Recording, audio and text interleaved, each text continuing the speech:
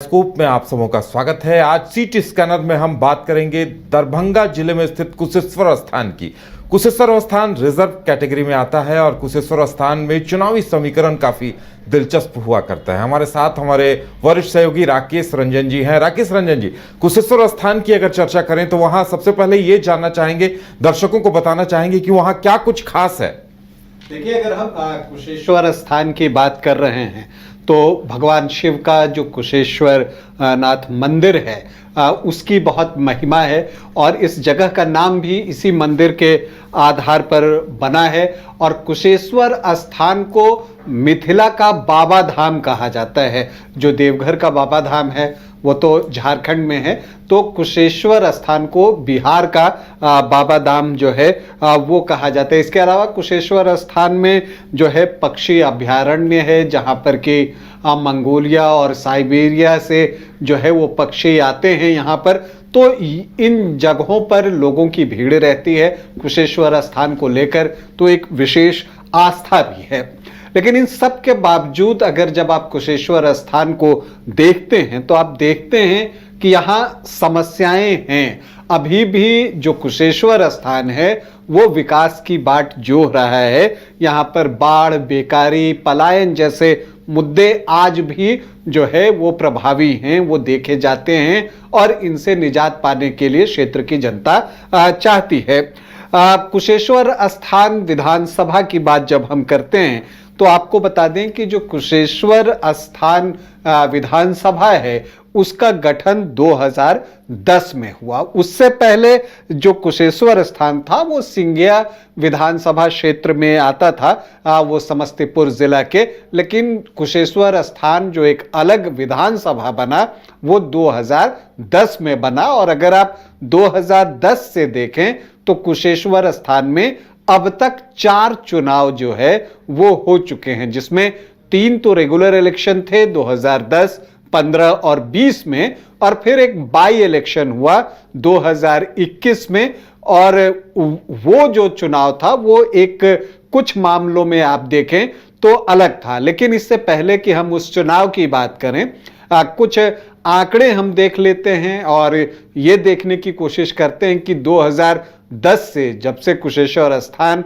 एक अलग विधानसभा बना है, इसका मूड क्या रहा है। जब आप कुशेश्वर स्थान विधानसभा को स्कैन करते हैं तो आपको क्या कुछ दिखता है और रिकॉर्ड्स क्या कहते हैं, आंकड़े क्या कहते हैं।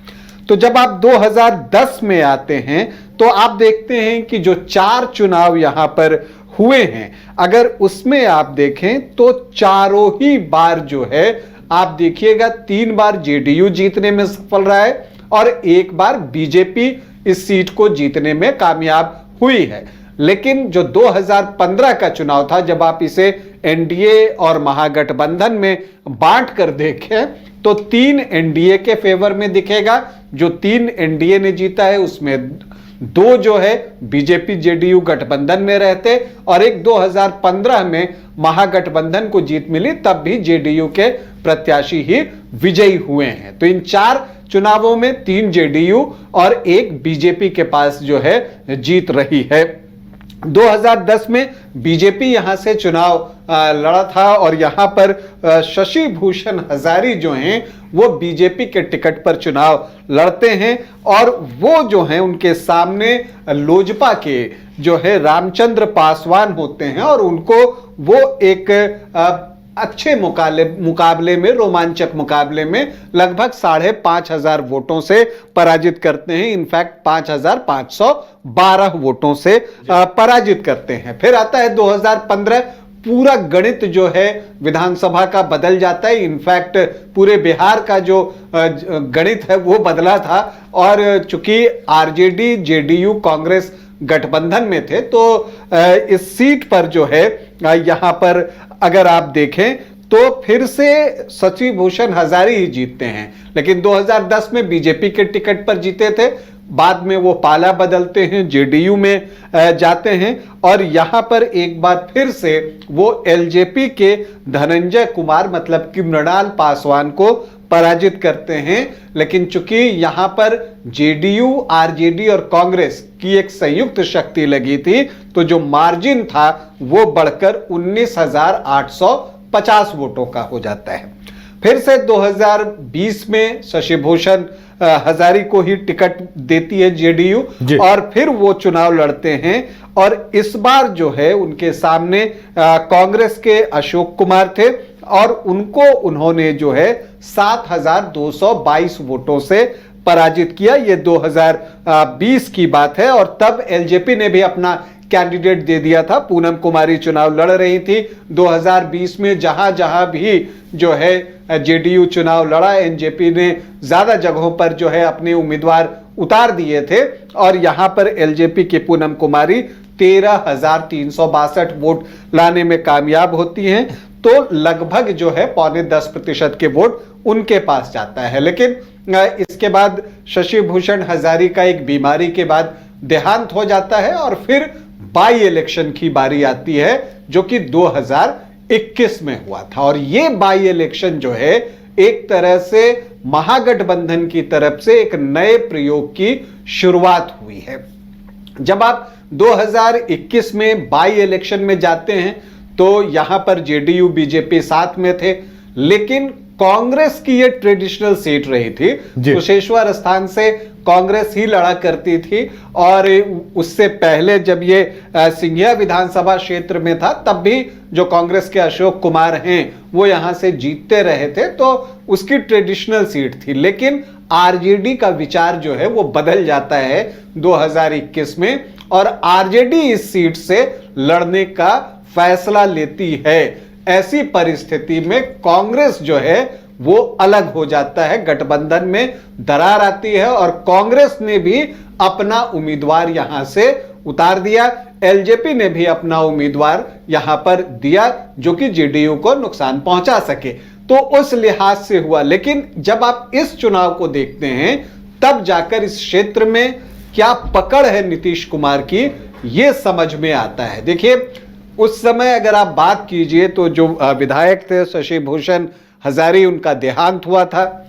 उनके कुछ कार्यों से लोग संतुष्ट नहीं थे, लेकिन एक सिंपैथी वेव भी था। उनके बेटे अमन भूषण हजारी को जेडीयू ने टिकट दिया था। तमाम मंत्री जो हैं वो वहां कैंप कर रहे थे, वहां चुनाव प्रचार कर रहे थे। नीतीश कुमार की सभा हुई तो सामने से भी कमजोरी कहीं नहीं थी। लालू प्रसाद यादव भी यहां सभा करने जाते हैं, तेजस्वी यादव भी यहां पर सभा करते ही हैं नेचुरली। तो आरजेडी भी अपना पूरा ताकत लगाती है। हुआ क्या था कि यहां पर आरजेडी ने जो है गणेश भारती को जो है वो यहां पर चुनावी मैदान में उतारा। तो यहां पर एक नया कॉम्बिनेशन बनाने की कोशिश जो है वो आरजेडी के द्वारा हुई, और आपने उस बाई इलेक्शन में बाद में लोकसभा में भी देखा होगा कि आरजेडी ने इसके बाद से ही, इस चुनाव के बाद से ही एक स्ट्रैटेजी अपनाई कि उनका जो अपना कोर वोट है एमवाई का, उसके अतिरिक्त वो किसी ऐसी जाति को वोट करेंगे, टिकट देंगे जो कि एनडीए को वोट करता आया है। तो इससे जो है उनको वो वोट कटेगा, तो एनडीए की स्थिति कमजोर होगी। हमने लोकसभा चुनाव में भी ये चीजें देखी। तो यही प्रयास यहां पर किया गया था। लेकिन चूंकि नीतीश कुमार का चेहरा इस क्षेत्र में जो है वो इतना लोकप्रिय है, अगर आप कह लीजिए, उसका परिणाम देखने को मिला। यहां पर जो आप देखिए गणेश भारती के जो जाति, जो समुदाय है, उसमें जो महिलाएं थी खास करके, उन्होंने इतने के बावजूद भी जो है वो नीतीश कुमार को ही वोट किया। और नीतीश कुमार का जो वादा आश्वासन हुआ उस पर लोगों ने विश्वास किया। और आप देखिए कि अमन भूषण हजारी जो हैं वो 12,695 वोटों से ये उपचुनाव जीत जाते हैं, जबकि उनके पिता 2020 में 7,000 वोटों से जीते थे। तो परेशानी ज्यादा बड़ी थी, लेकिन जीत उस पिछली बार से बड़ी हुई। तो ये एक चीज जो है महत्वपूर्ण है। और इस क्षेत्र में जो, चूंकि अगर आप देखते हैं जो अति पिछड़ी जाति होती है और जो महादलित होते हैं, वो वोट जो है वो आपको नीतीश कुमार के साथ इंटैक्ट होते हैं। इसके अलावा जीतन राम मांझी ने भी कैंप किया था और वो भी जो है अपनी जाति के बड़े लीडर हैं, तो उसका भी एक इंपैक्ट हुआ। और मैं ऐसा इसलिए कह रहा हूं क्योंकि जब अशोक कुमार लड़े थे तो उनको 34.26% 2020 में आया था, और आरजेडी ने जब समीकरण बदला तो उनको लगभग 2% जो है वो ज्यादा वोट आए। और कांग्रेस की स्थिति यहां पर सबसे खराब रही। वहां से अतिरेक कुमार को उतारा था कांग्रेस ने, अशोक कुमार के बेटे हैं, उनको उतारा था। वो सिर्फ 4.28% वोट, 5,500 वोट के आसपास ही ला पाए, जबकि अंजू देवी जो एलजेपी की थी वो भी 4.29% के पास ही वोट लेकर आ पाई। तो मुकाबला बिल्कुल जो है वो बिल्कुल। और देखिए यहाँ यादव मुस्लिम जो वोट हैं वही लगभग 25% हो जाता है, तो यानी महागठबंधन को एक बढ़त मिलती हुई दिखाई देती है। ऐसे में वहां के चुनावी समीकरण तो काफी दिलचस्प हैं। यार देखिए, यहां पर आपको देखकर लगता है कि एमओआई इक्वेशन था, और उसमें जो है वो जब आप एससी वर्ग में से महादलित को निकाल कर लेकर आते हैं, उम्मीदवार खड़ा करते हैं जिनकी संख्या इस क्षेत्र में काफी अच्छी है, तब ऐसी परिस्थिति में तो आरजेडी को जीत जाना चाहिए था, लेकिन ऐसा हुआ नहीं। और इसलिए मैं कहता हूं कि इन क्षेत्रों में जो महादलित हैं और जो अति पिछड़ी जाति है उसमें नीतीश कुमार की पकड़ बहुत मजबूत है। देखिए, कुर्मी कोयरी में तो उनकी पकड़ है ही, लेकिन जो अति पिछड़ी जाति और महादलित हैं वहां पर भी उनकी पकड़ है, और वो अभी तक इंटैक्ट है। और ये परिणाम में जो है वो झलका भी। अब जैसा कि आप कह रहे थे, जब जातियों की बात चली है, तो देखिए यहां पर जो अति पिछड़ी जातियां हैं वो सबसे ज्यादा हैं, 24.7%। वो लगभग 24-25% के आसपास हैं। जो सामान्य जाति के वोटर्स हैं वो भी लगभग जो है 16 से 18-20% के आसपास हैं। तो जो अति पिछड़ा का जो 23-24% हुआ और इधर जो है 16-18% होता है, तो यही तो आपको 40-42 के पास लेकर चला जा रहा है, इतने प्रतिशत तक। और वही आप देखिए 45.72% जो वोट है वो अमन भूषण हजारी को आए हैं। तो ये जो एक कॉम्बिनेशन है वो यहां पर जेडीयू को मजबूत बनाता है, जो एक कॉम्बिनेशन जो है बीजेपी, जेडीयू और साथ में जीतन राम की मांझी की पार्टी। हालांकि एलजेपी पिछले बार अलग थी, इस बार तो एलजेपी भी साथ होगी।